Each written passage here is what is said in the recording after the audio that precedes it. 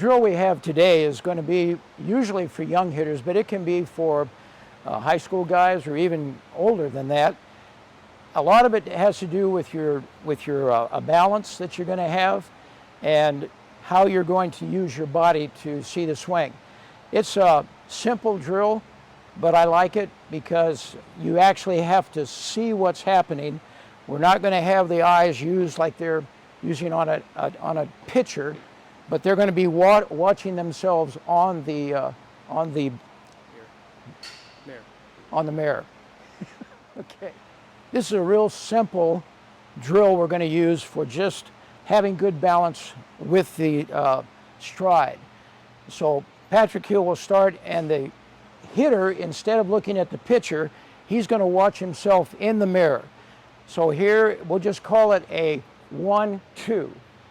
So as he goes, he's going to try to keep that weight in the backside as he goes. He's going to have the bat cock a little bit. We're not going to do this. Come back, Patrick, again.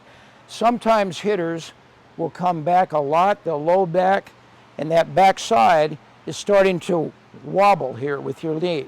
We're going to keep this knee really firm and not let it move back.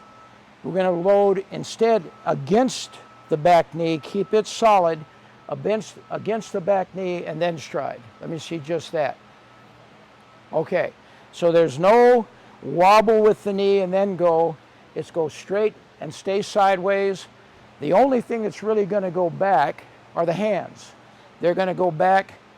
Some guys will start the barrel first and then stride, but it will be a flow.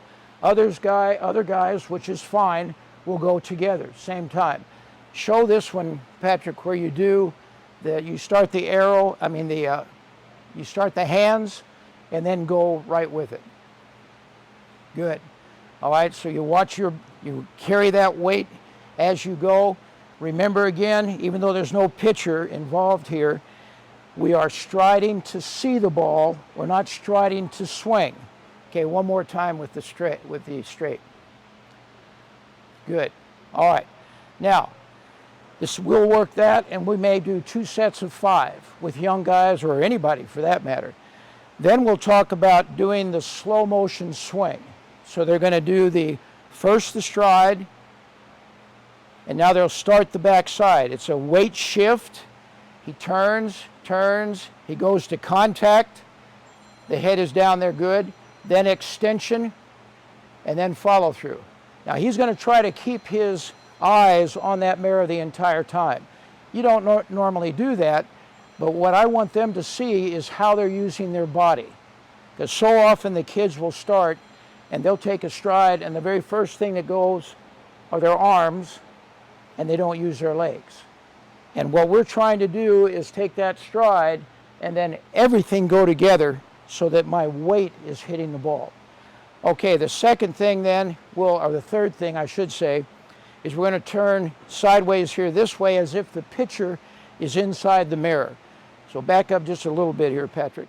All right, so when we're in front of the mirror this way, and we're going to pretend like we pick up some spot in the mirror there, go ahead and take your stride there.